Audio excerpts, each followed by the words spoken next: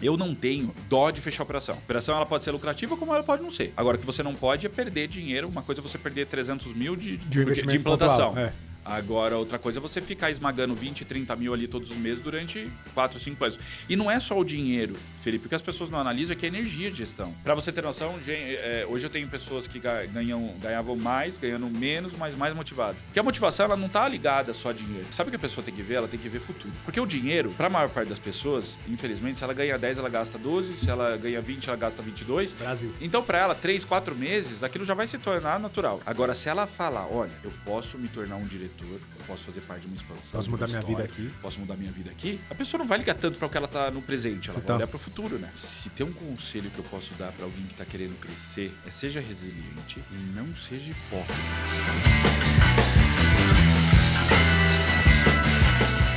Buenas, seja bem-vindo a mais um podcast da Além do CNPJ. Primeiro de tudo, muito obrigado por estar aqui para a gente trocar essa ideia de empreendedorismo na vida real. Então pega uma cadeira, sente-se à mesa com a gente para a gente falar de business hoje.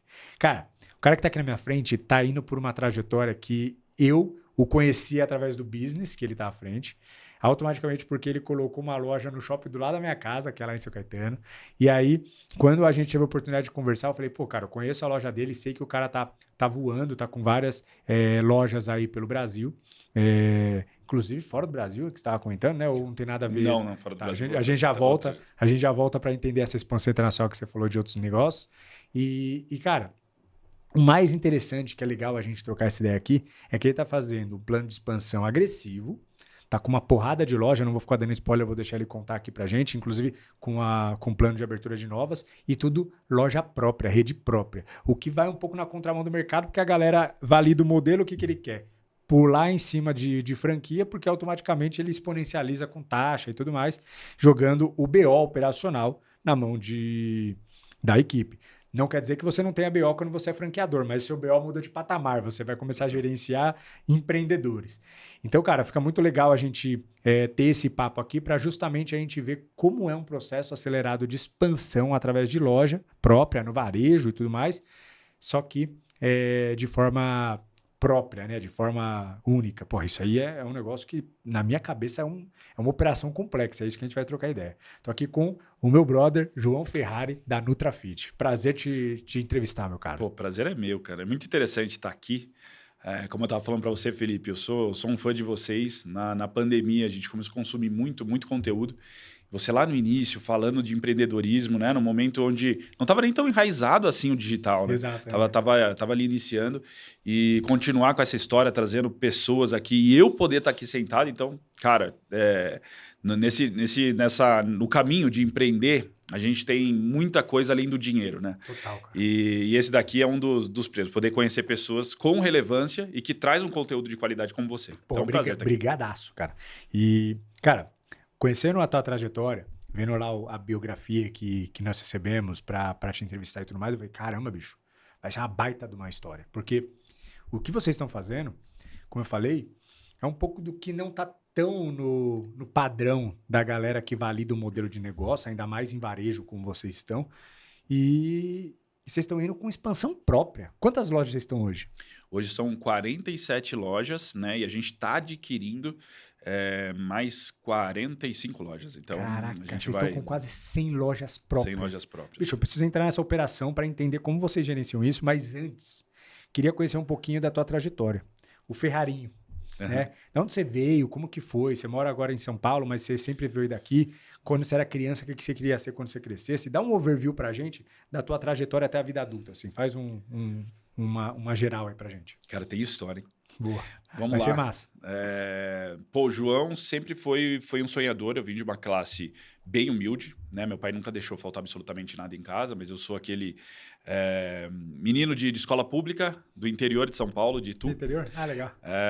E comecei desde pequeno. Eu lembro, cara, que eu estava na 4ª série, eu comecei a vender bala no colégio. Assim, eu comprava, pedi para minha mãe comprar para eu vender. Já era comerciante. Então, já era comerciante. Eu queria muito conseguir o meu dinheiro ali. Eu ficava analisando como que as pessoas tinham dinheiro, como que elas ganhavam dinheiro, que aquilo para mim era importante. Eu queria seguir esse caminho. Quando ali nos 13 anos, eu tive uma namorada, e essa namorada eu acredito que foi a que abriu a porta para mim. Ela tinha uma condição financeira muito melhor que a minha.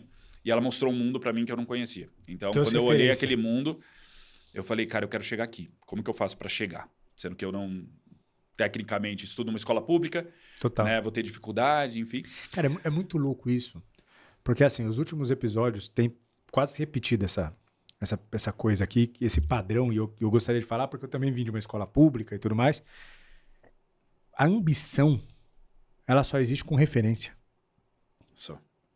Eu lembro, conforme eu nunca parei para pensar nisso, mas assim, eu achei que a minha ambição já existia. E aí, conforme as pessoas foram falando, cara, aí eu tinha uma condição de vida super simples, mas meus pais pagaram uma escola muito acima do nosso padrão, e lá na escola, visitando a casa das minhas amigas, eu descobri o que eu queria. E aí, outra história, você que começou a namorar uma menina que tinha um poder social maior e que isso trouxe essa visão. Eu falei, cara, mas será que é a minha ambição? E aí, analisando, foi isso também. Eu estudei escola pública a vida inteira e no colegial minha mãe queria que eu passasse uma faculdade pública, que não consegui. E aí ela queria que eu fosse para uma escola paga, não, uma escola particular. E, cara, foi um choque de qualidade de ensino, primeiro, surreal, porque eu saí no primeiro colegial para um segundo. A revisão do primeiro dia de aula do segundo colegial eram coisas que eu nunca tinha visto. Né? Ah, pessoal, o que a gente aprendeu no passado? E nunca tinha visto nada daquilo, foi inclusive muito difícil de acompanhar. E o padrão da galera era outro. E ali foi um pouco do que começou a despertar uma ambição em mim. Foi, caramba, bicho, como assim essa galera tem tudo isso? Na viagem que a escola organizou assim, de férias, foi pra Disney. A gente ia pro zoológico, sabe? Então, e aí isso me despertou uma ambição. Então, cara, sobre referências, é fundamental a gente ter referências altas pra gente mirar naquilo, que é o que você tá falando aí. Eu fui conhecer a praia com 16 anos, porque um pai de um amigo levou. E meu fora pai, que tu é pertíssimo. Muito. Meu pai foi ter carro, eu tinha 18 anos. Então, caramba. assim, mas vem muito também, Felipe, do não ter muito o que perder, tá? Tem muito esse lance também, porque eu comecei a trabalhar numa empresa logo com 18 anos e eu trabalhava muito bem. Isso sempre foi de mim. Eu sempre fui muito workaholic, assim. Eu gosto de trabalhar, eu gosto de análise, eu gosto de número. E eu comecei a trabalhar numa concessionária, na mecânica, foi meu primeiro trabalho. Não, na verdade, meu primeiro trabalho foi como garçom com 17 anos, que eu precisava comprar meu computador. Os bicos. Os bicos, né? E depois eu fui fazer um trabalho aí com carteira registrada, com 18 anos. Aí eu fui surpreendido que eu subi de cargo com acho que 6 meses, 7 meses, eles me mandaram para uma outra cidade. Lá eu comecei a fazer faculdade, voltava e ia de ônibus. Era extremamente cansativo, que era em Sorocaba e tal. Logo depois, eu termino esse namoro, e aí eu começo a conhecer um pouquinho mais da vida, né? Andar pelas minhas próprias pernas, porque imagina, eu lembro a primeira vez que eu vi uma Mercedes, né? Que era dela, eu olhei aquele carro, eu falei, que carro é esse? Eu não sabia o que era aquilo. Total. Era uma coisa muito, muito maluca, né? E eu falei, não, mas eu preciso chegar lá, eu quero chegar lá, como que eu faço? E aí eu vi que o caminho mais rápido para mim era no empreendedorismo. Eu não achava que era estudar, um grande erro. Boa. Eu não achava que era buscar conhecimento. Foi no empreendedorismo. Então, eu abri minha primeira empresa. Eu tinha 21 anos. Casei com a Carol, com a minha atual esposa, que é a minha parceira em tudo. Casou com 21? 21 anos. Legal. Tá com quantos agora? Desculpa, na verdade, eu casei com 24 anos. Ela tinha 21 anos, boa, né? E você tá com quantos anos agora? 34. 34. E aí, montei minha primeira empresa. E falei, cara, eu já era gerente de cobrança, falei, vou montar uma empresa de cobrança, seguindo na mesma linha, que era a única coisa que eu tinha tido de fato conhecimento, e eu comecei a crescer. A minha esposa até lembrou esses dias para mim, ela falou, lembra quando você pegava uma pastinha e ia em cliente a cliente ali, tentando buscar, posso fazer cobrança? E meu primeiro cliente foi uma empresa de material de construção. E a minha primeiro escritório era uma garagem, que foi a única coisa que eu conseguia alugar, com 2 mesinhas dentro, assim, era um calor. E era uma mecânica antes, então a gente teve que pintar o chão, foi uma loucura. E a gente começou... Aquela história que é uma delícia lembrar. É uma delícia lembrar. Que é um perrengue na hora, mas quando você lembra... E aí eu comecei a crescer, aí eu peguei clientes mais influentes, daqui a pouco eu estava num dos melhores prédios da cidade, já com mais de 40 funcionários, ali em 2 anos, então cresci muito. Foi quando eu achei que eu estava rico. E eu não tinha conhecimento financeiro. Eu não sabia o que era financeiro. Eu fui ganhar amor pelo mercado financeiro muito depois. Então, eu quebrei, fali, perdi e fui para os Estados Unidos. Tive meu primeiro filho e fui para os Estados Unidos. Foi uma quebra porrada mesmo, não? Foi porrada para o tamanho que eu tinha. Eu acho que eu fiquei devendo tipo 50 mil reais. Para mim foi uma porrada, né? Aí eu falei, cara, eu preciso pagar todo mundo, vou para os Estados Unidos. Que eu tinha um amigo lá, Malicuí. Com mulher? Vou ganhar, só eu. Só você. Falei, se vou ganhar dinheiro e volto. Já volto. espera aí. Tinha um filho de 3 meses, fui, comecei a entregar Caramba, pizza. Com um filho de 3 meses. Foi uma loucura, né? Mas eu sempre fui muito resiliente, cara. Total. Pra mim, eu Você sempre foi- soube você foi quebrar, fazer porque o não que foi tinha- minha primeira, não foi minha única vez. Então eu fui para os Estados Unidos, Foi fazer o que tinha que ter ganhei sido dinheiro, paguei todo mundo. E eu falei, agora eu preciso de um emprego.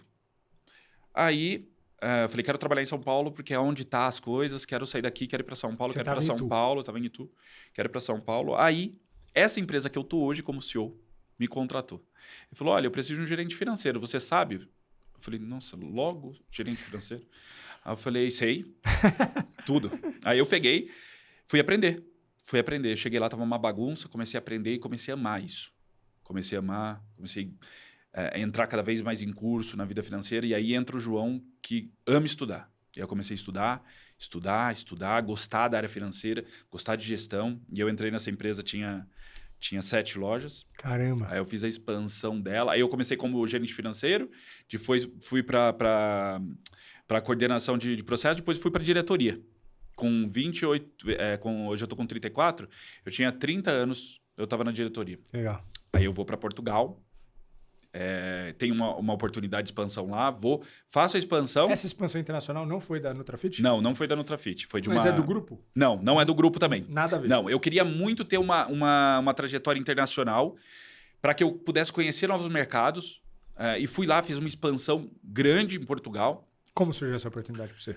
Criando a oportunidade. Então, eu vi uma rede que estava precisando fazer essa expansão, né, para lá. Achei muito pontual para Portugal, para o estilo de Portugal. Comecei com 1, 2, 3, aí fiz por franchising, que é outro modelo de expansão. Criei toda a Você expansão. pode falar a marca?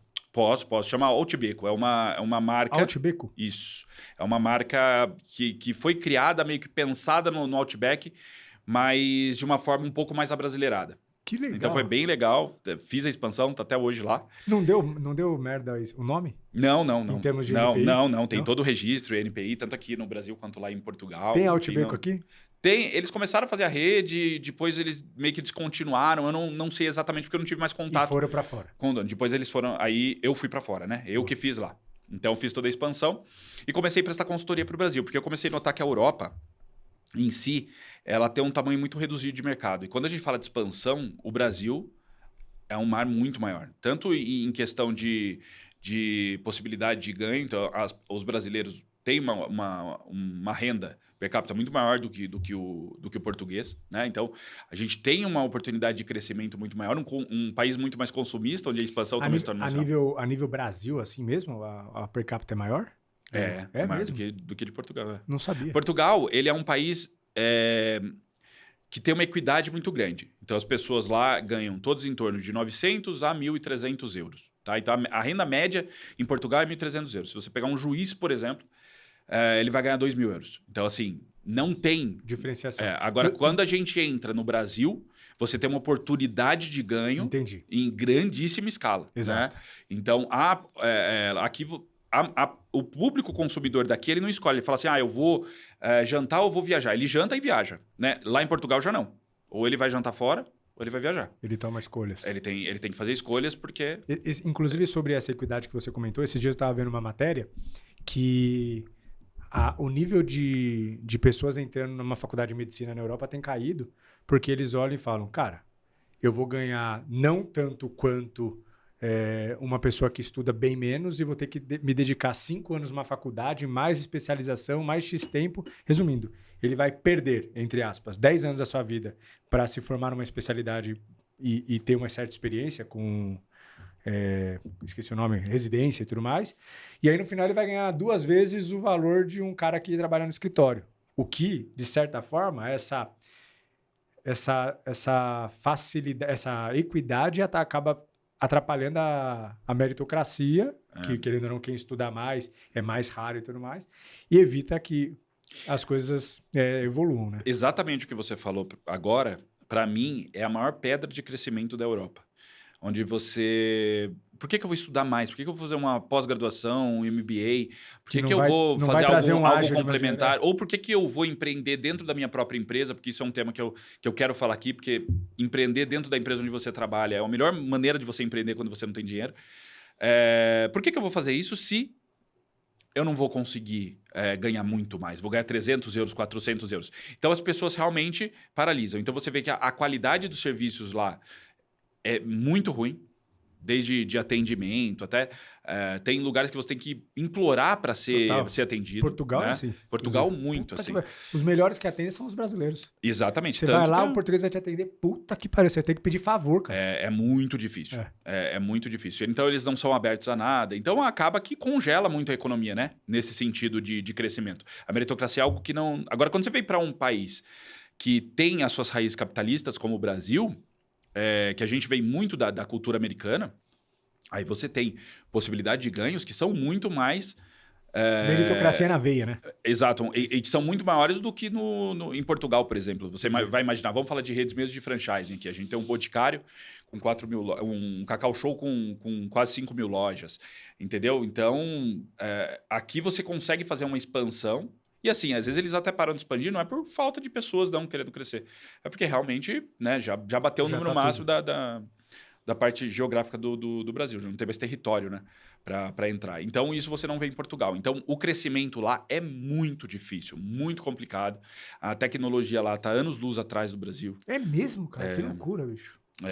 Que da hora, inclusive. Para você ter noção, as pessoas lá não utilizam o WhatsApp como a gente utiliza aqui. Eles utilizam bem menos. O Instagram quase não utilizam, eles ainda estão no Facebook. Né? Nossa!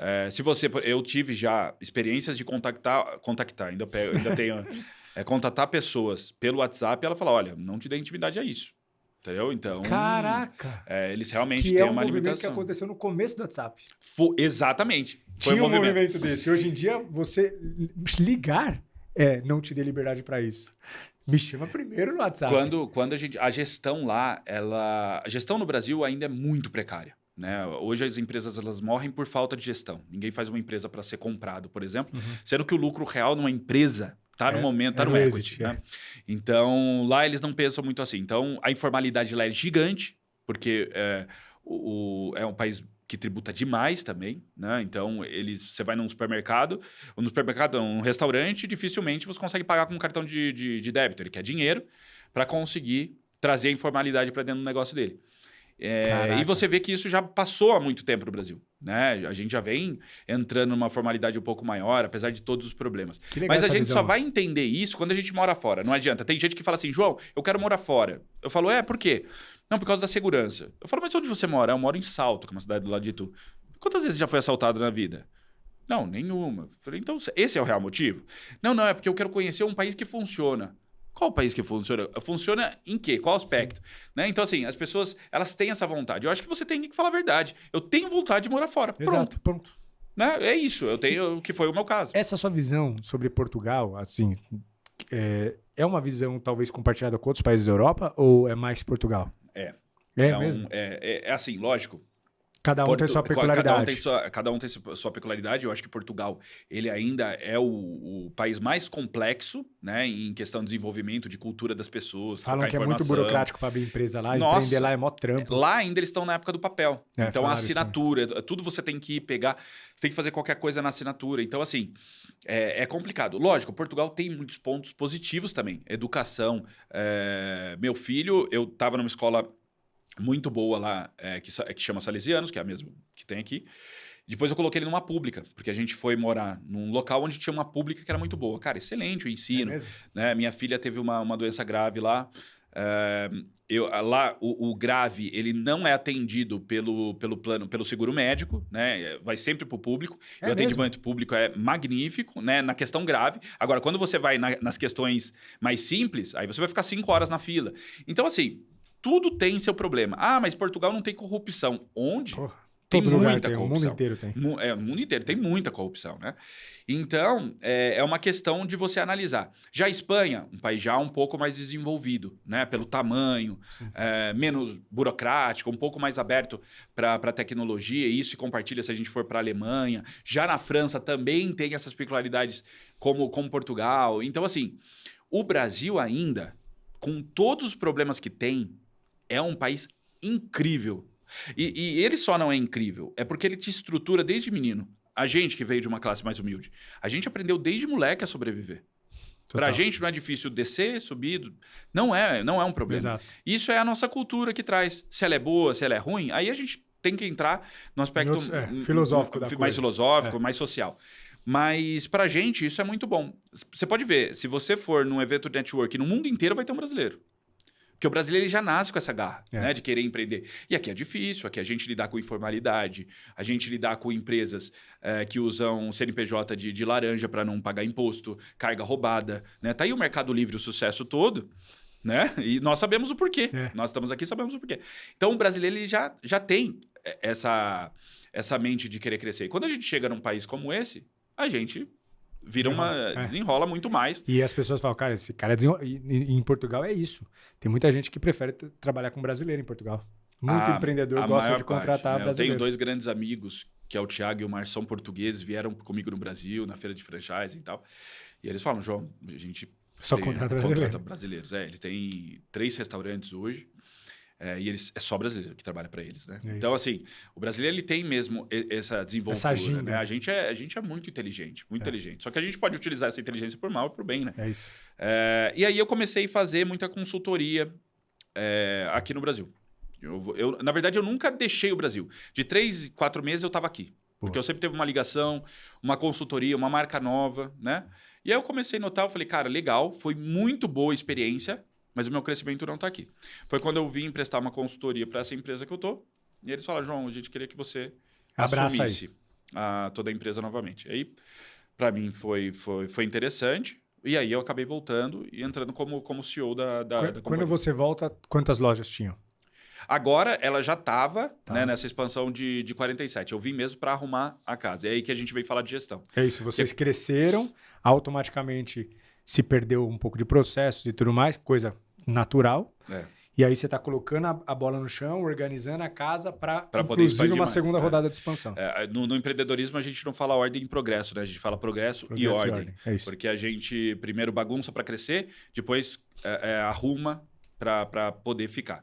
Então, agora a gente está no momento dessa arrumada de casa, estamos olhando muito mais o EBITDA, estamos olhando muito mais o nosso fluxo de caixa, né? Estamos olhando operação a operação e também adquirindo novas operações que a gente chega aí para mais de 100 lojas. Quando você fala adquirir novas operações, é a abertura de novas operações ou comprar algumas... A gente está adquirindo. Pela primeira vez, o grupo está adquirindo novas operações. As 45 que vocês abriram foram do zero. Os 47 foram do zero. 47. Exato. Daqui em diante, adquirindo lojas. A gente adquiriu e vamos abrir mais. Né? Então, a Nutrafit, após mais de 20 anos de mercado, 25 anos de mercado, ela se diz pronta para também fazer o franchise. Então, a partir de janeiro do ano que vem, ninguém sabe disso, acho que é a primeira vez que eu estou falando. Inclusive, a partir de janeiro do ano que vem, a Nutrafit vai virar o franchise. A Nutrafit, por que ela cresce tanto? E aí vem um pouquinho da sua pergunta. A gente está no varejo, que é um dos mercados mais difíceis do Brasil, né? É um mercado que muda muito, é um mercado que você tem que se adaptar todos os dias, que você tem que ficar de olho. Nós estamos em shopping, onde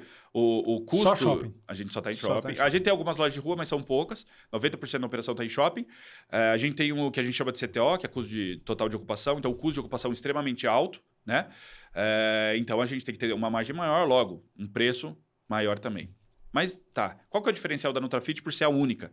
Né? Como uma GNC americana que tem mais de 3 mil lojas hoje. Antes de entrar no diferencial, explica o que é a Nutrafit para a galera. Perfeito. É porque a gente não entrou nesse tema ainda. É que eu já sei o que é, né? Mas explica para a galera, o que é a Nutrafit? Qual é o business? A Nutrafit, ela foi a primeira rede e hoje a maior rede especializada em suplemento alimentar, em body shop. Né? O suplemento alimentar, ele é um mercado bebê ainda, ele tem menos de 30 anos. Ele vem do mercado americano. Né? Então, quando ele chega ao Brasil, todo mundo achava que era anabolizante. As pessoas lá, né, em 2000... Tanto eu mesmo, quando eu vim trabalhar em São Paulo para suplemento alimentar, meu pai falou, mas certeza, filho, você vai se meter nisso. Não é legal. Eu falo, pai, mas é suplementação alimentar, não é anabolizante. Né? Então, ele confundia, muita gente confundia.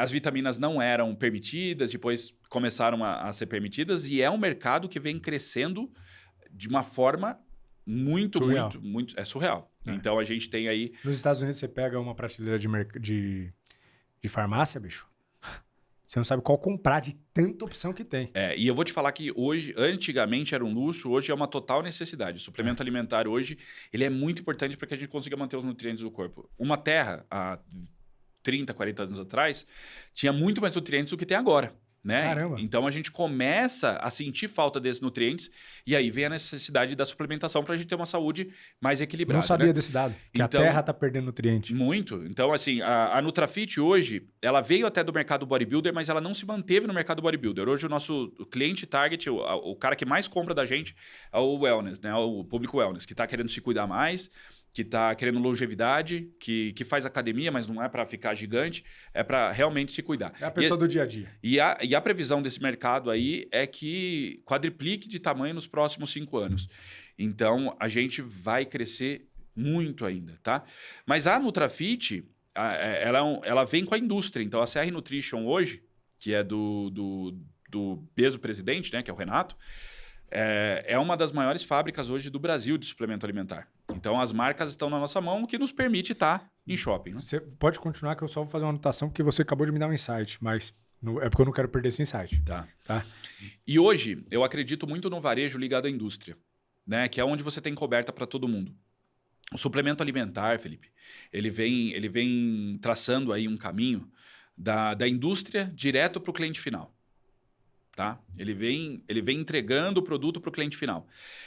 Então, as marcas, elas estão definhando os intermediários, as lojas. Né? A Nutrafit, ela se mantém e ela prevê crescimento sempre, todo ano, por causa da indústria. Então, nós temos as nossas marcas, né? Trabalhamos com outras marcas também que são excelentes de mercado. Vocês têm marca própria? Nós temos 70% do que a gente vende hoje é marca própria, porque nós somos indústria. Que legal, né? bicho. A Celgenics, que é hoje, para mim, a melhor marca do mercado e é uma das mais consumidas em São Paulo, é nossa.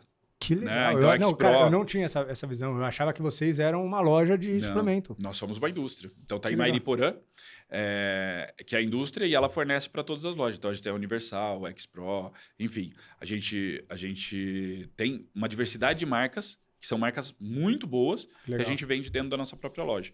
Né? Então, a gente defende muito essa tese, porque realmente é muito difícil você manter o mercado. Da tua lista de produtos dentro de uma loja, 70% é próprio. Exato, 70% do que a gente vende hoje é próprio. Quando eu peguei a Nutrafit nesse novo retorno, eu estava com 44%. Caramba. Eu passei isso para 70%, Legal. porque eu defendo muito... Aumenta a margem. Aumenta a margem. Branding então, também. Diminui o CMV. Né? O CMV para a gente é um KPI que é muito, muito importante. Né? Então, ajuda no nosso fluxo de caixa. Fora que a gente está dentro de casa, né? Então, a gente está passando... O dinheiro fica dentro de casa, o que nos ajuda aí a ganhar. Então, a Nutrafit... Traz uma visão de varejo para a indústria, que é fundamental, né? O que está vendendo, o que não está vendendo, o que a galera tem pedido. Exatamente, exato. Então, a gente tem uma visão muito mais ampla, né? Hoje, o meu core business dentro da companhia está sendo colocar governança e se preparar lá na frente para um equity, né? Legal. Então... Para um equity, quando você fala IPO ou um equity de saída? Eu não acredito não tem como fazer IPO hoje no nosso mercado ainda, porque ele não tem regulamentação suficiente para ir para a bolsa. Tá. Porque é muito novo o mercado, né? Agora, eu acredito muito num equity para grandes marcas. Hoje a gente é a maior rede, não tem nenhuma nem próxima da gente. Vender isso para uma marca das grandes aí, ela abraça toda a operação. Ou o grupo inteiro, toda a operação. Então, indústria, inclusive varejo. Que varejo é o que chama a atenção dessas grandes marcas. Não, só a capilaridade, cara. A capilaridade, né? O poder contínuo de faturamento, né? E aí a gente tem que entregar no meio onde o online começa a crescer. E muita gente me pergunta, João, com o crescimento do online, vocês estão apostando em loja física. Faz todo sentido, na minha opinião. Na minha concepção, né, e é o que vem se provando, logicamente, a loja física, a NFR, vamos falar da NFR, que é a maior feira de varejo, né, do mundo. Há 3 anos atrás, 4 anos atrás, se falava muito vai acabar o varejo físico. Na última NFR, se falou do crescimento do varejo físico.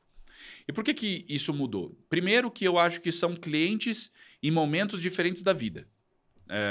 A pessoa que compra em shopping é o cara que ele está querendo uma conveniência, um atendimento especializado. Total. Tirador de pedido realmente vai perder venda, não tem como. Né? Ele está querendo uma experiência dentro de loja para entender o produto, para olhar, além da agilidade de ter o produto, se bem que a agilidade também é uma coisa que estão entregando já em horas. Nós mesmos entregamos em 2 horas em São Paulo, então todo mundo comprar pelo WhatsApp, nós conseguimos entregar em 2 horas.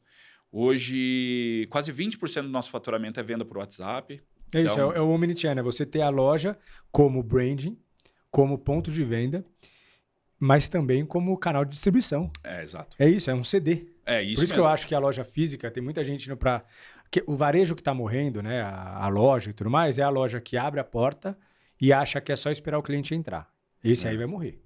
Né? Com toda certeza. Com toda certeza. Mas o cara que vai, tem a loja, usa isso como um bom showroom e um bom trabalho de internet, né, digital, para conseguir usar essa loja como canal de distribuição, pô, isso é um negócio surreal. Fora que traz mais credibilidade, é uma loja verdadeira. Não é um... Exato. Não, sabe? Você consumir, você comprar algo que você vai tomar, que você vai ingerir. Exato. Na internet, o risco é altíssimo. E a gente vê aí a quantidade de problemas que está tendo no suplemento alimentar, né? Então, as pessoas catalogando ali a validade do produto, enfim. Agora, quando você vai numa loja, a gente passa por várias fiscalizações, né? Para a gente estar dentro de um Shopping Morumbi, como a gente está, Cidade Jardim, Vila Lobos, Higienópolis, a gente passa por muita fiscalização, né? Sim. Então, a gente realmente entrega uma qualidade. Mas a gente tem uma frase que eu falo para toda a rede, hoje são mais de 200 vendedores, que a venda começa no não. Antes disso, você está tirando o pedido. É isso. Então, o Felipe chegou lá, olha, eu quero uma creatina. E eu te entreguei a creatina, eu estou sendo um tirador de pedido. Agora, se eu falo, olha, você também não precisa de um whey? Não, aí vai começar a minha venda. Então, daí para frente, vai começar a conversão. Então, os vendedores são os atendentes da loja que vocês fazem treinamentos e tudo mais? Muito. Não só treinamentos. Hoje, 90% da nossa equipe está ligado à saúde. Então, ou é nutricionista, ou é professor de educação física, né? Enfim, então estão todos sempre muito ligados ao meio. E agora a gente está vai entregar uma inteligência artificial, vai ser a primeira do mercado, que por intermédio de 2 fotos a gente vai fazer um exame chamado andropometria. Então a gente vai tirar todas as medidas do seu braço, seu risco metabólico, risco de infarto, tudo por 2 fotos. São uma diversidade de inteligências artificiais. Então a gente vai entregar que legal, isso. Mas como que é? O cara para usar tem que ir na loja, conversar com o pessoal? Você vai ter duas maneiras, né? Você vai falar com o Ian, que é o nosso consultor de inteligência artificial. E ele vai te entregar um link onde você vai poder fazer o exame e ele vai te acompanhar em treino. Mas você fala como chama o nome? Andropometria. Não, mas você fala com? O Ian, que é o nosso consultor de inteligência artificial. Esse Ian, ele o quê? Tá na internet? Ele vai estar no WhatsApp. Tá entrando hoje, inclusive, no WhatsApp. Só tá no ambiente de teste. E ele vai poder te acompanhar. Então, Felipe, tudo bem? Hoje, e aí? Vamos fazer o treino? Aí você vai fazer o treino, você vai mandar para ele. E ele vai te dar também a possibilidade de fazer esse exame em casa. Então, você vai tirar uma foto com o seu próprio celular e ele já vai te passar um 3D mesmo de você. Então, forma um corpo 3D, assim, uma imagem. Caraca, que legal, bicho. Vai ser bem legal. A gente vai ser Eu tô abrindo também pela primeira vez. Então, a gente procura inovar o nosso PDV, que é o caminho. Então, hoje, você vai na Nutrafit porque você não é porque você só quer comprar um suplemento. É porque você quer uma conveniência de algo saudável. Total. Você quer uma conveniência de longevidade, entende? Sim. Então, a gente procura muito esses pontos. Esse negócio da IA vai ser um baita negócio. Como vocês vão atrelar essa IA no PDV? A pessoa vai poder tanto... ter o acesso ao IA direto na casa dela, porque o que a gente acredita hoje, Felipe, no relacionamento. O relacionamento ele pode até iniciar no PDV. É interessante quando ele inicia ali, mas ele tem que ter uma continuidade. E por onde ele vai ter uma continuidade? O nosso assessor de inteligência artificial ele vai falar da sua alimentação, ele vai falar da sua nutrição, ele vai falar do seu treino, ele vai falar se você está melhorando, se você está piorando, e você vai poder conversar com ele. Vai te trazer pesquisas super atualizadas sobre o corpo, sobre novidades, enfim. Então, a gente vai apresentar o IA agora por um reality show que a gente vai fazer com algumas pessoas e ele vai ser o apresentador do reality show. Que legal. Depois nós entregamos essa tecnologia no PDV. Então vai ser bem interessante, já estamos quase ali prontinho. Putz, que massa, cara. Quando eu lançar, me manda lá que eu quero fazer um teste. Legal. E, man, agora falando de gestão, você tá voltando, voltou faz quanto tempo? 6 meses. 6 meses. Então você tá voltando para organizar a casa. Como que é se organizar a casa?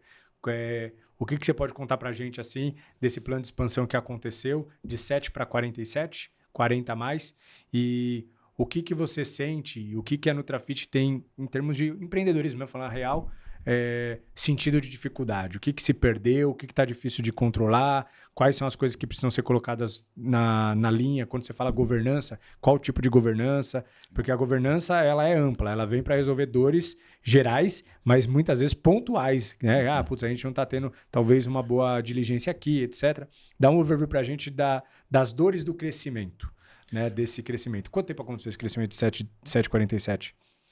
Foram nos últimos 4 anos, 5 anos. Que é rápido. É. Então, me dá um panorama aí dessa primeira fase de crescimento. Então, vamos lá. A Nutrafit, como qualquer empresa, ela cresce de uma maneira um pouco desgovernada. Né? Mercado muito novo, alteração de preço sempre, poucos players, margem alta. Né? Margem alta? Porque todo mercado ele nasce com uma margem alta. Quer ver um grande... Vocês sendo indústria, margem alta, sim. Porque mas... um comércio por conta própria não é tão alta. Não, se a gente falar de 2010, a margem era alta. É mesmo? Porque todo mercado ele nasce com margem alta. Porque você cobra o que você quer, exato, a matéria-prima. Você não tem uma arbitragem tão Não tem, regulada. você não tem tanto concorrente, né? Então, você consegue... Eu lembro que a gente vendia capsulados, assim, a valores extremamente altos. Você tem pouca concorrência. Quer ver um exemplo, Felipe, que é interessante, até para a gente entrar, eu acho que com mais autoridade no assunto? Olha o mercado digital. Olha, vamos falar lá de 2017, né? Érico Rocha, fórmula de lançamento. Estourava. Cara, custo de aquisição de cliente baixíssimo, tráfego... barato. Lead baixo. Poxa, todo mundo fazendo lançamento. O que aconteceu com as empresas, né? As empresas começaram a ganhar dinheiro. Então, o EBITDA aí altíssimo, né? Margem de 80%, margem de lucro de 80% e tal. E essas pessoas, elas não vieram do mundo executivo, né? Pelo menos a grande maioria. Exato. Eles não sabiam o que era uma gestão, o que era uma governança, o que era uma análise de projeto, o que é um VPL, né? Trazer para valor presente, um dívida, um endividamento que você vai fazer, se você vai ter lucro. Então, eles começaram a ganhar muito dinheiro. O que aconteceu com uma boa parte dessas empresas? Começou a surgir muitas empresas de lançamento no mercado, né? E a margem começou a reduzir. As coisas começaram a ficar mais difíceis. A espremer, né? A espremer. E hoje está todo mundo ali olhando, lógico que consegue um lançamento aqui e tal, ainda é um mercado legal, que tem uma margem legal. Assim como o mercado digital, que eu trouxe como exemplo, porque foi um mercado que a gente viu crescer muito aí nos últimos tempos, foi o mercado de suplemento alimentar. Então, o mercado de suplemento alimentar, ele vem com uma margem mais alta, ele vem fácil de trabalhar, pouca concorrência, muita gente comprando, né? Educando ainda o público. Maravilhoso. Começa a vir mais concorrentes. As pessoas olham e falam, cara, que mercado legal. Esse mercado é bom, bora. Vou fazer, vou comprar.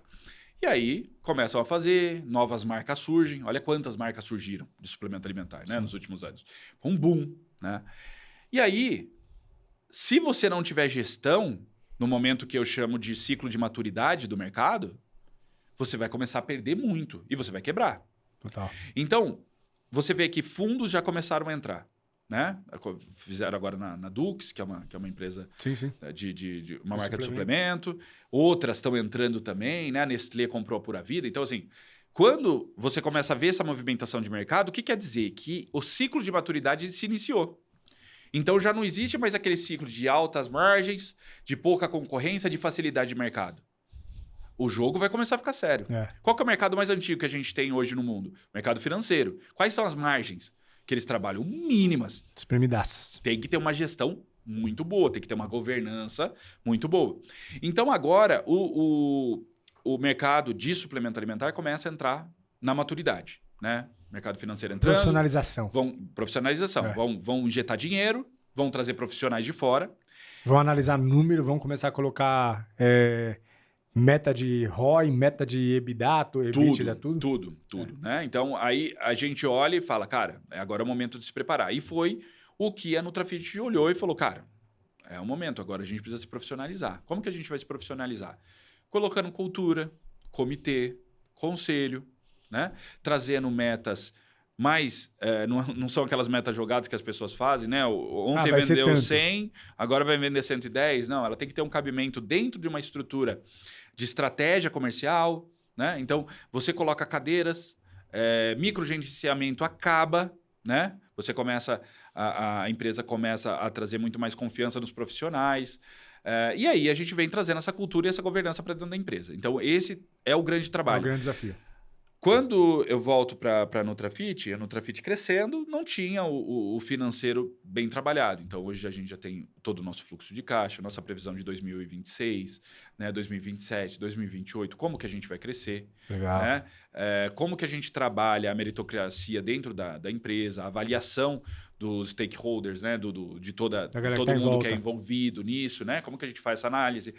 Então a gente começa já a trabalhar como esses grandes players, porque é o momento da gente. Total. E eu vou te falar, quem não usar a gestão ao seu favor, Vai quebrar. vai quebrar. É isso. Né? A gente tem que usar o gestor, a gestão ao nosso favor, não é talvez nem só para crescer, mas para ser adquirido. Porque o fim da vida do empreendedor, ele tem que entender isso. Ele cria uma empresa que, se ele ficar nessa empresa para sempre, ou ele vai quebrar, Exato. ou ele vai entrar em burnout, porque você tem que se reinventar tanto para se manter no mercado que você não aguenta. Agora, quando você cria uma estrutura em um tempo, olha, eu quero equity, eu quero vender essa empresa, então eu vou organizar ela. Total, você já tem que fazer um due diligence antecipado. Total. Já avaliar o que você vai ser questionado e começar a parar essas arestas para deixar tudo organizado. Informalidade não pode existir, tem que ser totalmente formal. Você tem que criar, tem que analisar seu DRE todo mês, né? Você tem que ter uma análise de qual vai ser a sua previsão, o orçado, o previsto e o realizado financeiro dos próximos meses. Você tem que ter budget, né? Você tem que ter o reinvestimento. Eu até falo uma coisa, Felipe, eu não sei se você concorda comigo, que durante uma empresa, dificilmente o proprietário ele fica rico. Se ele ficar muito rico, é porque ele está investindo pouco. Quando que ele fica rico de verdade? No exit. No exit. Né? Então, quando uma pessoa ela entra numa empresa pensando dessa forma, ela vai... Aí ele está empreendendo certo. Ela está empreendendo certo. Concordo 100%. E como que funciona a parte, por exemplo, operacional da coisa, no sentido de análise de DRE, balanço, você deve ter um estoque gigante, porque naturalmente são 47 lojas cheias, entupidas de produto. Você tem uma indústria, você divide, claro, você deve ter uma análise completa, mas você divide isso por loja para avaliar qual que você tá tendo resultado. Dentro do mix de vocês mantêm loja não lucrativa por uma questão de branding. Como que é essa análise estratégica do ponto de vista de gestão? Assim?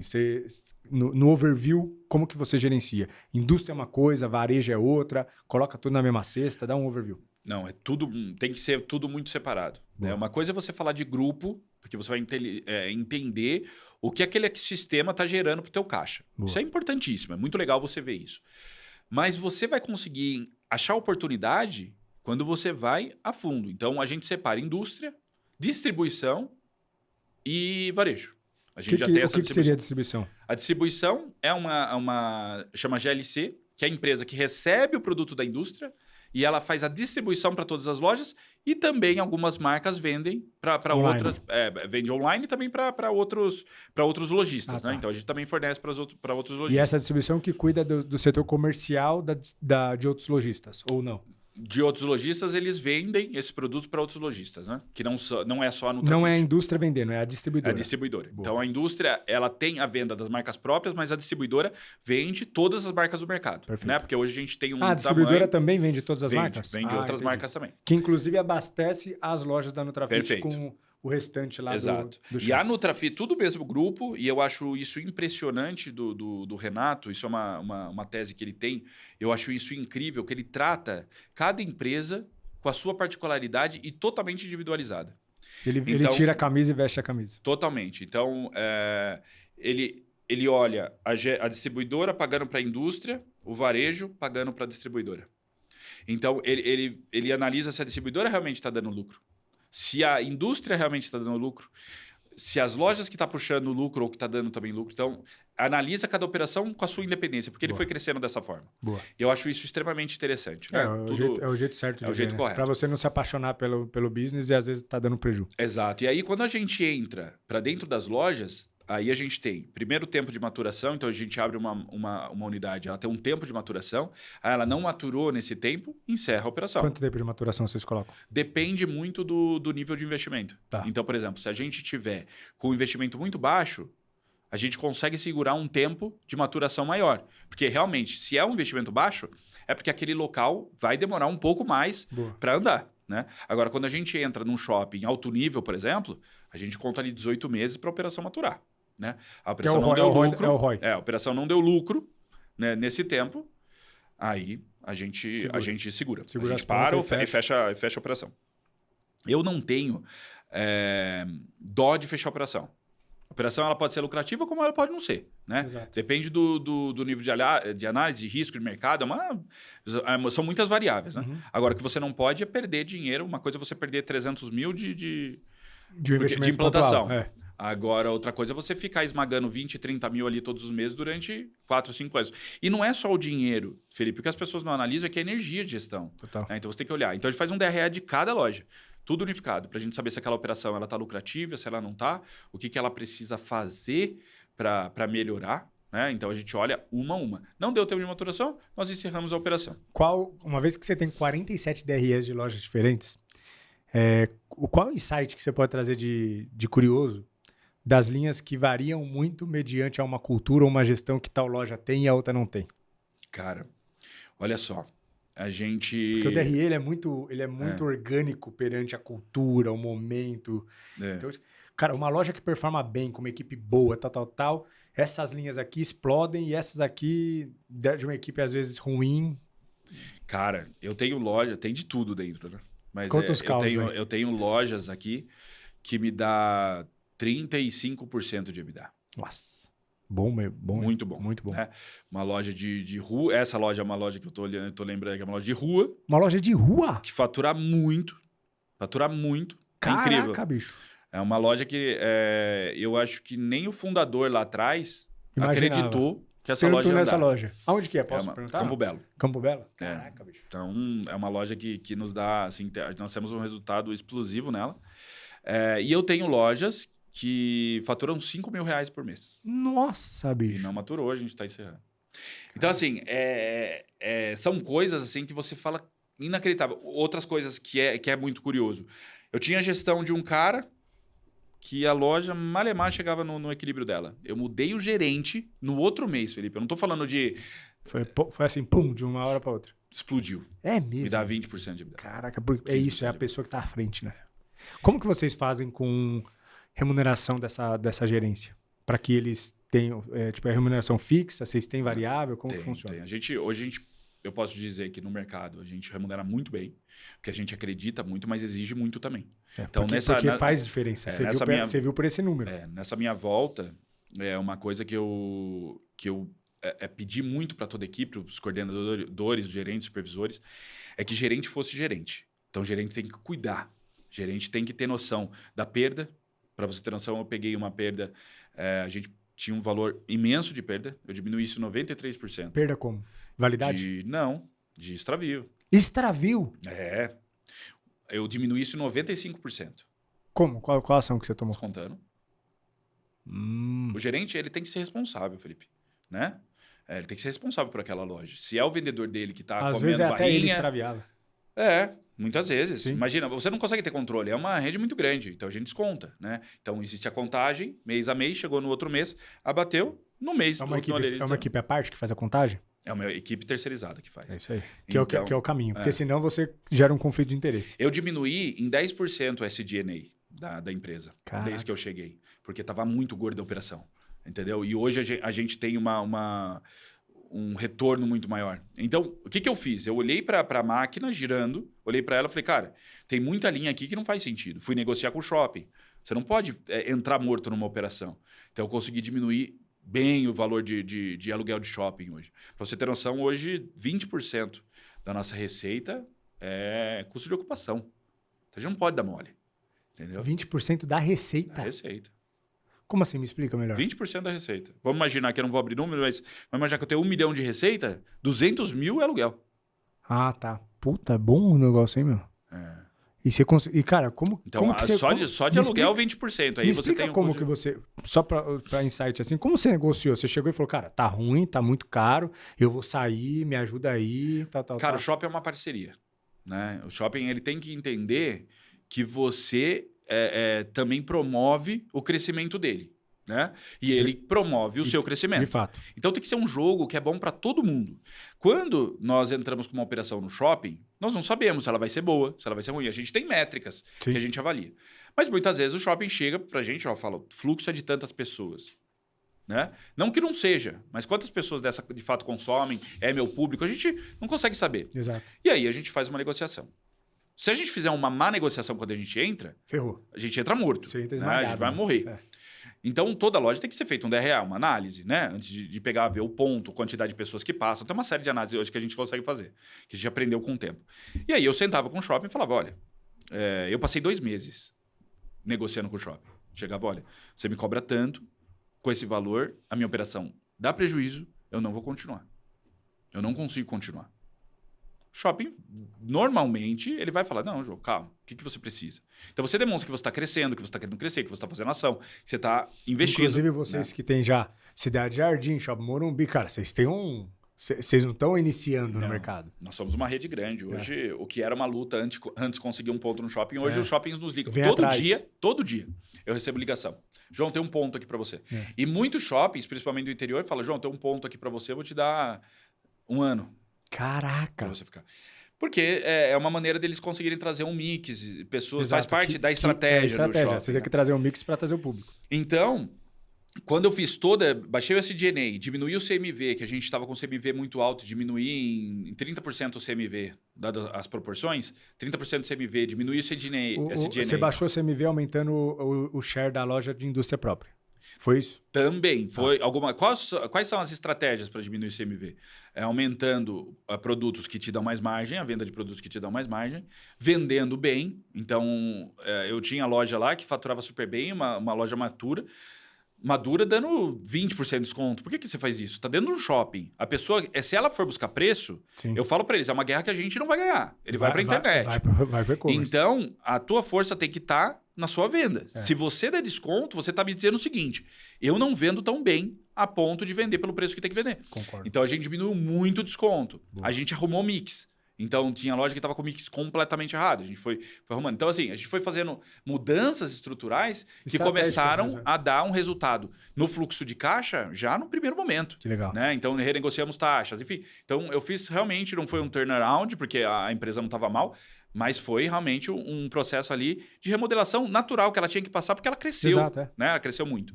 E arrumamos equipe, diminuímos... muita gente que estava ali ociosa e tal. Para você ter noção, Felipe, até engraçado te contar isso, mas eu já peguei funcionário fazendo Uber. Caraca! O cara ganhava e não ganhava pouco, tá? Ganhava ali na casa dos 12 mil reais por mês fazendo Uber. Então a pessoa, em vez de trabalhar, ela tá fazendo Uber. Então eu comecei a estranhar, toda vez que eu fazia reunião, a pessoa estava no carro. Toda vez que fazia reunião, a pessoa estava no carro. Então é inacreditável. Então, assim, são muitos funcionários, né? A possibilidade disso acontecer, e aí eu comecei a ter o controle. Hoje, mais de 220 funcionários. Caramba. É bastante. Então, a gente hoje cresce de uma forma muito mais organizada, né? A gente está mais estruturado. Cortou gente, não? Muita. Então estava quanto antes? Ou, na verdade, você cortou bastante, mas contratou muito e ficou nos 220? É isso aí, ficou nos 220. Então você fez uma mudança estrutural, mas manteve a mesma... Para você ter noção, hoje eu tenho pessoas que ganhavam mais, ganhando menos, mas mais motivadas. Porque a motivação ela não está ligada só a dinheiro. Na verdade, muito pouco. Muito pouca dinheiro. Quando você dá aumento para a pessoa desmotivada, você motiva ela por 1 mês e meio. Sabe o que a pessoa tem que ver? Ela tem que ver futuro. Eu acho que as pessoas elas vão trabalhar, porque o dinheiro... para a maior parte das pessoas, infelizmente, se ela ganha 10, ela gasta 12. Se ela ganha 20, ela gasta 22. Brasil. Então, para ela, 3, 4 meses, aquilo já vai se tornar natural. Acabou. Agora, se ela falar, olha, eu posso me tornar um diretor, eu posso fazer parte de uma expansão, posso mudar minha vida aqui. Posso mudar minha vida aqui. A pessoa não vai ligar tanto para o que ela está no presente, ela vai olhar para o futuro, né? É isso. Então, foi isso que eu criei. Então, essa cultura hoje, né, das pessoas, etc. Eu tenho uma pessoa do nosso financeiro, que é ótima, que quando eu entrei lá, eu não tinha budget para trazer pessoas especializadas. Eu falei, eu vou te ensinar. Como é a minha área, eu gosto, eu vou te ensinar. E aí ela falou, João, eu não gosto de financeiro de jeito nenhum e tal. Hoje ela ama. Caramba. Ela faz ali com orgulho, faz um trabalho impecável, né? Impecável. Gosta do que faz. Por quê? Porque eu consegui mostrar para ela que não é tão complexo assim, que não é tão difícil assim, que pode existir um futuro para ela ali. Exato. E ela começou uma profissão, né? A trabalhar. E isso virou a cultura da empresa inteira. A gente conseguiu transformar isso. Vocês têm escritório onde? A gente está no Imirim. Imirim? Boa, legal. Cara, agora pra gente já chegar na parte final, que já estamos no finalzinho aqui, mas isso aí é uma coisa que é legal perguntar também. Pô, você tá com 47, você falou que vai abrir mais 40... A gente tá em processo, né, de aquisição de mais 45 lojas. 45. Dentre compras de loja... E, não, isso só de compra. Aí aí de abertura a gente deve ter mais umas 6 aí no gatilho para abrir. Então, assim, realmente... Vocês estão comprando o quê? Uma loja que tá lá em algum shopping, um ponto bom, tá mal das pernas, bum, você compra, muda para Nutrafit e põe teu mix. Basicamente é isso. É isso. Quando a gente vai abrir logo, e aí Mas foram vários pontos E fora do estado. é aproveitar uma lacuna de mercado, economia meio ruim, muita lojinha pequenininha sem um bom poder de compra, sufocada na margem. Às Sufocadíssima vezes na margem. um ponto bom, uma gestão ruim, Exato. um mix ruim, você vai lá, pum, coloca o teu compra. enxoval lá e pega. Exato. E muitas vezes é até mais barato do que comprar a loja. Total. Porque a liquidez para a pessoa ali... Pra ela é ótimo. Então, eu acho que tem que ter essa inteligência de mercado também, né? De você analisar oportunidade ali e já tá tudo mapeado? comendo. Tá. O mapeamento do crescimento tá todo feito agora e a gente quer expandir para franchise. Então, ano que vem a gente Você já iniciou uma pegada de due diligence dessas lojas? Tipo, de conversar com os empresários, avaliar o que você está comprando dessa Já expansão? tá tudo avaliado. Já tá tudo, já tá na mesa para ser assinado. Então, já tá do trampo que você tem agora. Já tá tudo no ponto ali para Cara, você analisar 47, por mais que é uma loja, né? Não é uma grande empresa, porque é uma loja específica, é um ponto de venda, mas mesmo assim, cara, analisar 47 CNPJ, conversar com 47 donos. E eu posso te dizer, abrindo um spoiler aqui, que o presidente não me corte amanhã, mas para você ter noção, porque como é um número legal, acho que é interessante as pessoas ouvirem isso. É uma rede de academia extremamente conhecida, que a gente vai estar dentro dela, então são 2.000 lojas aí previstas para a gente crescer dentro dessas academias. Já sei até a rede, já. Já sei até a fica rede. difícil, né? Falar esse número aí. Que legal, cara. Saber. Porra, parabéns, mano. Então, assim, a gente tá num processo bem grande. Hoje a gente tá abrindo muito o nosso market share. A gente quer crescer cada vez mais. E entregar saúde. Eu acho que o grande objetivo é isso. Deixa eu entrar, aproveitando que você deu spoiler, deixa eu ser curioso. E se não puder falar, não tem problema. Mas para você entrar numa rede tão grande dessa, eles estão puxando equity? Não. Não estão. Caramba. Não estão. Só rebate. Só. A parceria da gente Baita negociação, hein? É muito interessante. Porque o cara vai te dar uma capilaridade fodida. Principalmente quando eu tenho marca própria, né? Porque aí eu vou conseguir abrir isso. Exato, por isso que eu pensei. Porque pro cara colocar uma marca uma loja que tem a marca própria, talvez eles puxariam. Eu tentaria puxar equity, cara. Eu vou fazer tua marca crescer, eu vou me dar um pedaço aí. Não dá ideia, não. mas eu posso te falar que a gente vai atingir cerca de 8 milhões. Nossa. Eu não tenho esse número, tá? Posso estar falando uma baita besteira aqui. É super prudente. Mas eu acredito que deve ser em torno de 8 milhões de pessoas ali. Aí eu vou te falar uma coisa. Imagina essa tecnologia que eu acabei de falar Nossa. Então, assim... Em termos de dados, isso aí, hein? Você tem a foto da galera. Então, a gente tem um olhar para o crescimento aí bem expressivo nos próximos anos. Puta, que legal, mano. Parabéns, cara. Bem, chegamos no final. Vou pedir licença rapidinho para agradecer os patrocinadores, mas eu tenho uma pergunta final para te fazer ainda, hein? Vai lá. Então, rapidinho. Galera, olha que papo massa que a gente teve aqui. Cara, pena que esse papo acabou, porque eu já teria umas 80 dúvidas ainda para tirar, curiosidades que eu tenho. Apesar que eu vou fazer uma ainda de uma coisa que eu acho que é legal. Mas, galera, todo esse audiovisual de qualidade aqui de forma gratuita na internet são graças aos patrocinadores que acreditam no projeto do podcast e investem, né, pra gente ter aqui o melhor conteúdo pra internet aí pra vocês. Então, eu quero começar agradecendo a SMB Store, do nosso parceiro Alonso, que desde 2018 tem ajudado micro e pequenos empreendedores a controlarem seu estoque e suas vendas e financeiro. Tudo isso com um sistema acessível e fácil de usar. Quero também falar da agência Replan, que oferece a solução completa de marketing digital para negócios, criando empresas e cuidando das empresas com olhos de dono. Desde a criação de sites, gestão de anúncios, planejamento estratégico, social media e SEO. Também quero falar da Polux, do meu parceiro Ricardo Ferrazini e Rafael, que sabia que existe a oportunidade de desembolsar menos que impostos através de planejamento tributário. Eles são especialistas em gestão de tributos e de crise. CMC Displays, do meu parceiro Adaldo de Carvalho. Está precisando vender mais? Então o seu negócio precisa de soluções criativas para PDVs. Balcões, bandejas, displays e muito mais. Inspira Capital, do meu parceiro Fabiano Brito. Operação e gestão financeira por assinatura. O braço direito do empreendedor. BPO financeiro não é mais futuro, é presente. CrossHost. Quer dar voz ao seu negócio e alcançar mais pessoas? A CrossHost é especialista em produção audiovisual e também soluções em internet, criando podcasts, eventos e transmissões ao vivo com qualidade excepcional. Max Service, contabilidade, que tem como missão a parte consultiva ao empreendedor, estando sempre próximo da gestão da empresa. Com o ecossistema completo, eles oferecem atendimento desde o Simples Nacional até o Lucro Real, mas inclusive o Lucro Real eles têm como especialidade. E, por fim, DCC Borghese Advogados. Você está com dificuldade para pagar seus impostos? Ou por acaso você tomou alguma atuação tributária que está colocando em risco a sobrevivência do seu negócio? Chama a turma da DCC Borghese. Eles são um escritório contábil, um escritório jurídico especializado em direito tributário e empresarial. E é isso aí, galera. Todos esses patrocinadores são empresas que passaram por curadorias minhas, a curadoria minha. Temos empresas sérias com empreendedores sérios à frente e resolvem dores, seja com seu produto ou serviço, para B2B. Então, você que é empreendedor, possivelmente alguma coisa que você está vivendo aí de dor, que, putz, algum problema que você tem, cara, alguma dessas empresas aqui pode ter certeza que te ajuda. Então, vai de olho fechado, depois volta aqui para me agradecer. Ferrari, porra, baita papo, cara. Eu gostei pra caramba. Cara, eu gosto de gente de gestão, assim, que troca ideia de business e tal. Né? A gente tava até falando de algumas perguntas. O poder da creatina. Eu falei, nem vou entrar nisso. Depois de. Cara, eu tô interessado no modelo de negócio mesmo. Isso aí é o que me enche os olhos e da minha audiência também. Eu tenho uma pergunta final que eu vou te fazer daqui a pouquinho. Mas, cara, num processo de expansão, quando você fala de, vamos comprar uma porrada de loja, vamos abrir várias lojas, você vai entrar no modelo de franchising. Cara, como que funciona um processo de negociação de ponto com shopping em volume? Porque eu sei que você vai ligar lá no... Eu não sei, não vou ter um nome agora, mas de uma rede de shopping. Ele é igual o Parque Shopping São Caetano. Ele é da... Multiplan. Da Multiplan, isso, lembrei. Agora é Multiplan. Pô, você chega na Multiplan, o cara tem uma cartela. A Multiplan ainda tá indo para interior, tem outros estados e tudo mais. Pô, eu sei que muitas vezes o cara fala assim, você quer esse shopping? Mas pega esse. Então ele te dá uma picanha e te empurra uma carne de pescoço.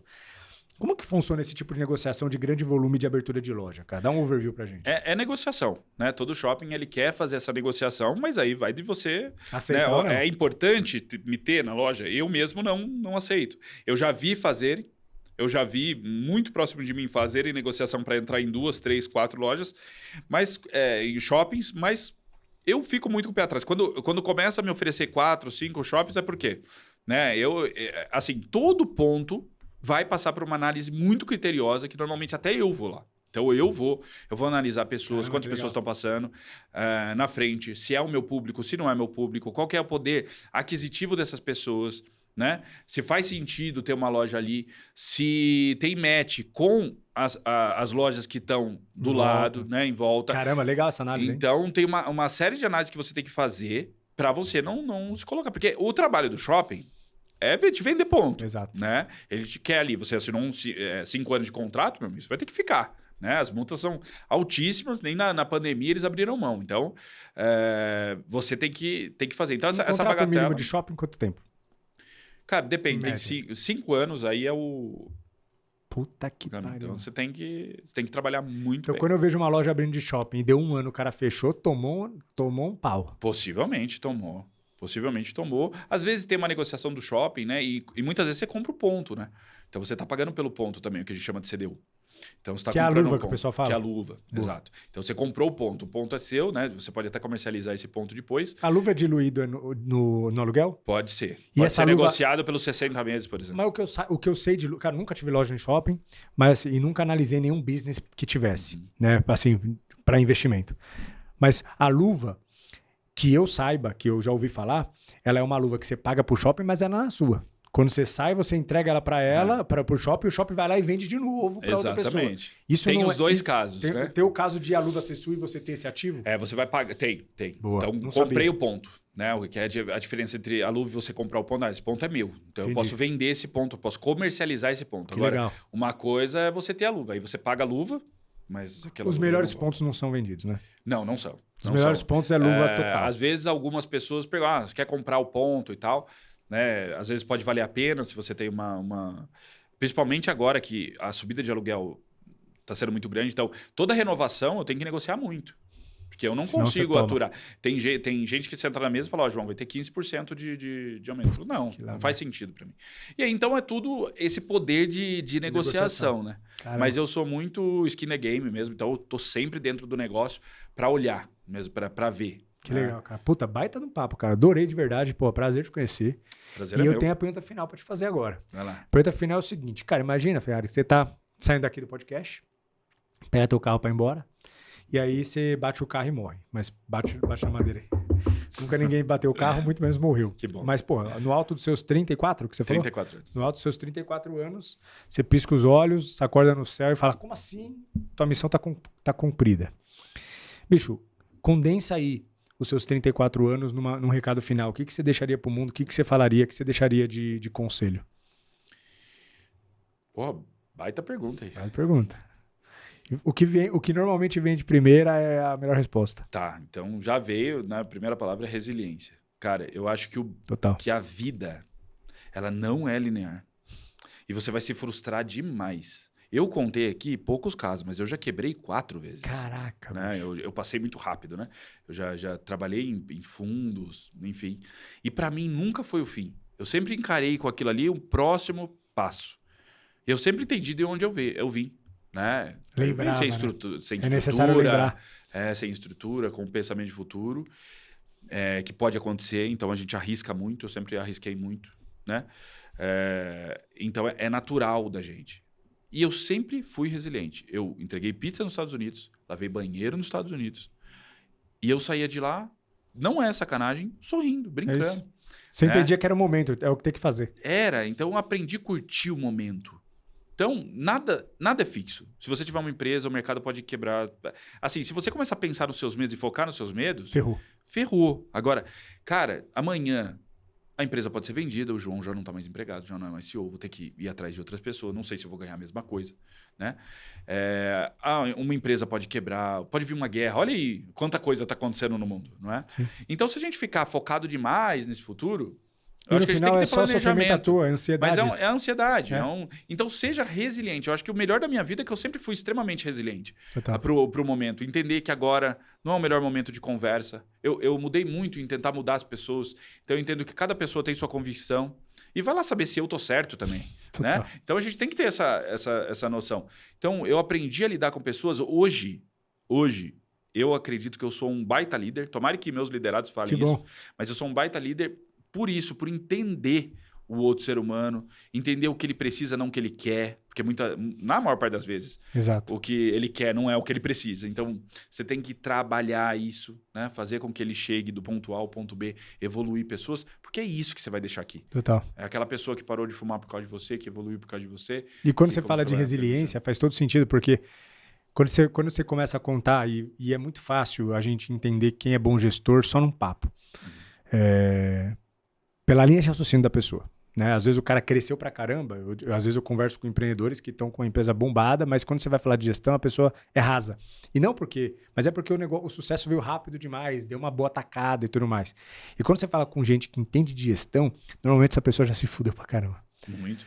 Entendeu? Então é o que você falou, já quebrei 4 vezes e tudo mais. E eu também. Parte do bom gestor que eu sou hoje é graças aos tropeços que eu já dei várias vezes. E quando eu olho pra trás, eu falo, bicho, como pude ser tão burro pra não ver esse sinal, pra não perceber esse... Mas era a minha inteligência da época. E graças a isso que eu tenho essa visão agora. Agora, se tem um conselho que eu posso dar pra alguém que tá querendo crescer, seja resiliente e não seja hipócrita.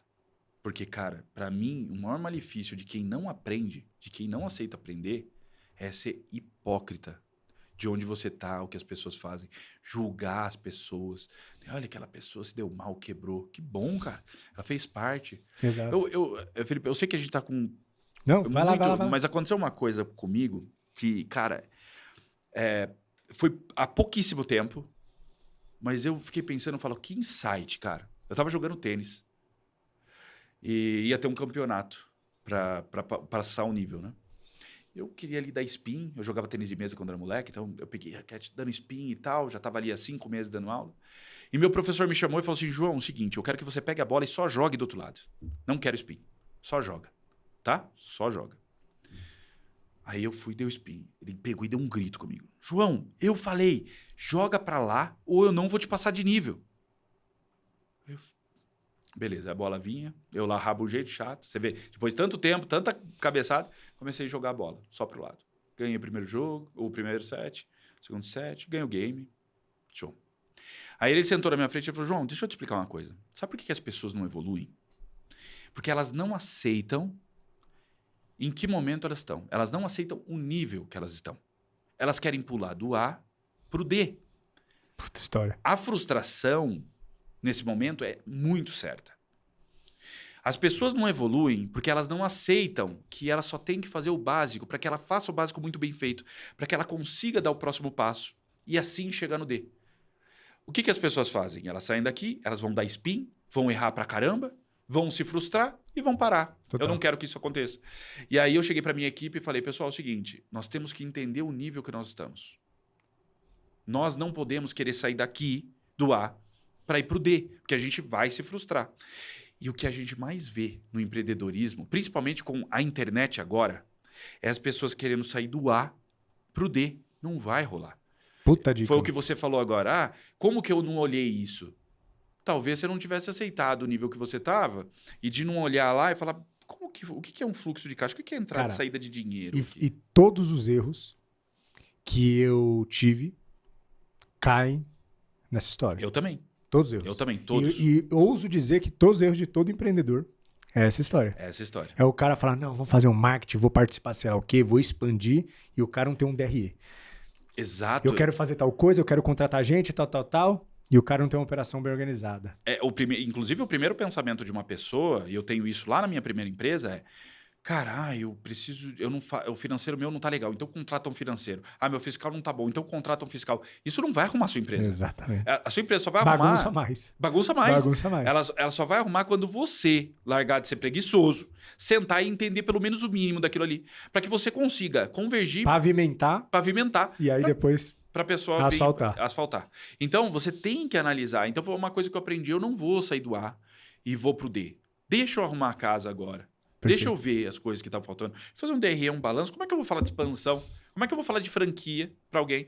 Sendo que eu não... Então, assim, são coisas que a gente vai aprendendo. E isso daí foi o meu último insight, cara, que eu queria que muita gente ouvisse. Eu sei que sua audiência aqui é grande. Cara, eu quero que as pessoas escutem essa história. E foi um baita do conselho, porque é isso. E esse exemplo que aconteceu com você no tênis, aplica pra vida. Total. Aliás, o esporte, ele traz muito pra nossa vida de empreendedorismo. Verdade. Né? Ensina muito. Cara, prazerzaço de verdade.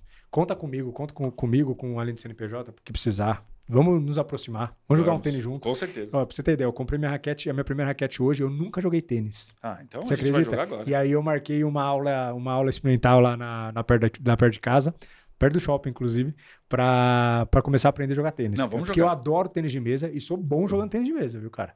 Sou bom. Aí tem um desafio, então. É? Aí vai ter que ter um desafio. A gente vai até filmar isso aí. Aí eu já posso dar o spin. No tênis ainda não posso. Ainda não. Ainda posso dar spin. E aí a gente tira um contra. Mas é isso, Fechou. cara. Quando eu tiver um pouquinho melhor no tênis também, a gente marca uma brincadeira. Combinado.